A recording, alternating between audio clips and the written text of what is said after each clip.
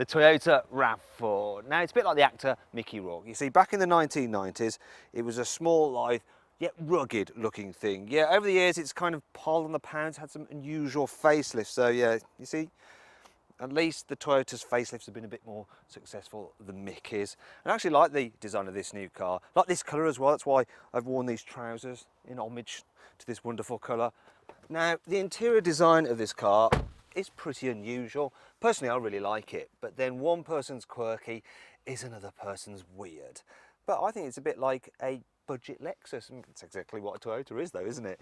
And some of the materials are really nice. So the leatherette on here and the Alcantara effect here, soft trim up there, it's nice. But then when you look at some of the other plastics, they feel really cheap and they don't pass the car wow flick test. So, I mean, ow, that's really hard and nasty, and there, and there. So it's a bit of a mixed bag, but then this is quite an inexpensive vehicle. So it starts from £23,500, which is a bit more than some of its rivals, but when you consider the kit you get, and you get a 2-litre diesel engine for that, it's actually really good value. But there's discounts to be had, so if you click up there to go to carwow.co.uk, you can see what deal you can get on one of these cars. And anyway, I can't fault this car for interior storage. So the glove box, it's a decent size. You also have some bizarre storage up there. Toyota just does this thing sometimes. There's cup holders here, space here, more here, a lot of space under there as well. The door bins, they don't look particularly big, but they are actually able to hold a large bottle. Now, if you're buying a RAV4, you should go for the business edition, because as well as stuff like a reversing camera, you also get an upgraded screen, and the infotainment system on the whole is relatively easy to use. Not the best on the market, but it's not the worst. And if you click up there on the card, you can see our in-depth video review of it. Now, moving on to the boot, this particular car has the automated tailgate, and it's a real pain because it takes so long to open. In fact, in the time it takes to open, I can send a tweet to Toyota complaining about it, do a selfie of me with the slow boot, and post it to Facebook. There. See what I mean? But I can't complain about the rest of the boot because it's really massive and very usable. It's got various tether points, there's no load lip at all. The load height is actually low, so it's easy for your old dog to just leap in and out of it. You've got some extra storage under there around the spare wheel. Now, if you want to make the boot bigger, you can fold down the rear seats, but you have to walk round to the chairs here to do it. And I actually have to go all the way round to this one to do this side. And then, yes, you do have an absolutely massive, flat, usable low bay. It's like a van.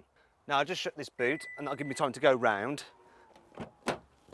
and put these seats back because, well, look at that. Right, put that one back, put that one back. It's a bit of a faff. There are easier ways to do it in other cars. We're finally ready to go. But, oh, I mean, look at this. There's just so much space in the back of this car. It is unrivaled, I think, in this class. Loads of knee room, loads of headroom. Can really stretch out. It's like being in the back of a limousine, really. It's all right with 3 in the back. So the person in the middle seat is fine because there's a relatively flat floor. The seat is a little bit hard for them. The problem is that the people in the outer seats won't like it so much because of the shape of these contoured seats. It means that their bottoms aren't quite so comfy. So a Honda CR-V is better at carrying 3 in the back, but for 2, can't complain about this RAV4. Now, if you click up there, you can see just what it's like with 3 people in the back of this car. In that in-depth practicality video, you'll also be able to see just how easy it is to fit a child seat and how much stuff we could pack into its boot. Now though, we come to the driving section of the review, and here things get a little bit confusing. So if you want a diesel RAV4, there's only one engine choice. It's a 2-litre, and you can only get it with a manual gearbox, which actually is quite nice to use, and it's front-wheel drive only. If you want an automatic, you can either have a hybrid, which has a 2.5-litre petrol engine and an electric motor, and an automatic gearbox, and that can be front-wheel drive, or you can buy it with all-wheel drive. The other option is a 2-litre petrol engine on its own, which is just 4-wheel drive and auto only. So, not much choice. You're just going to get this engine. And it's actually all right, you know, it provides enough performance. And, well, Toyota says it will do 60 miles per gallon. And looking down at the trick computer, I'm averaging, if I just look past the wheel, well, 45. Not too bad, not too great. Now, in terms of the driving experience, well, it's actually better than you might imagine. Okay, so it's a little bit on the bland side, but it handles as well as you ever need a car like this too. It doesn't roll all that much in the corners, and it's comfy too. I mean, the only thing you really notice is that, well, at lower speeds on rough surfaces, it can fidget a bit, but the faster you go, the better it gets. The only problem with that though is the fact that, well, you do start to get a little bit more tyre roar and a noticeable bit of wind whistle as well. And it's definitely a bit noisier than, say, a Volkswagen Tiguan.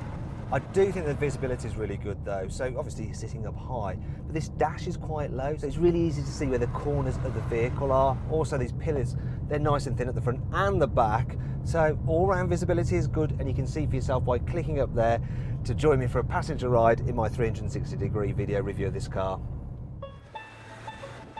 There are some other annoying things about the Toyota RAV4. Here's 5 of them. There's this nasty fake stitching on the horribly plasticky steering wheel centre, and it's right in your direct eye line. The hybrid model has a slightly smaller boot capacity because the battery isn't eating into available space. The seat heating buttons are hidden way down there, randomly completely out of sight. The rattly diesel engine sends arse-numbing vibrations into the cabin. You can blame BMW for that, they made the engine. The petrol and hybrid model all have a CVT automatic gearbox, and it makes this kind of noise when you accelerate. However, you shouldn't necessarily let these things put you off the Toyota RAV4 because it actually has plenty of cool features. The RAV4 comes with Toyota's 5-year warranty, though you'll probably never need it because this car's made out of granite. Actually, it's made out of plastic and metal mainly. If you have a caravan and want to be eco-friendly, don't worry, the hybrid model has a good towing capacity. Look, there's somewhere to store the car's parcel shaft.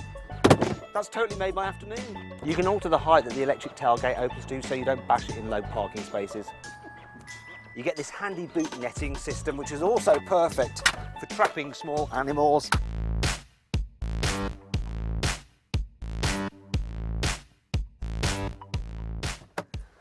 So then, overall, what do I think of the Toyota RAV4? Well, there's just not enough engine and gearbox combinations, and there's quite a bit of tyre and wind noise at speed, but this is a hugely practical, spacious car, and it's very comfy to drive. Now, if you click up there, you can get more information and find out the best deal you can get on a RAV4 at carwow.co.uk. Thanks for watching. If you enjoyed this video, please like it, share it and subscribe to our channel, and click over there to watch our detailed practicality, infotainment and 360-degree passenger eye video of the Toyota RAV4. Now, did you spot the Easter egg in this video? It was the 2 Yodas in the car's boot. You get it? 2 Yodas?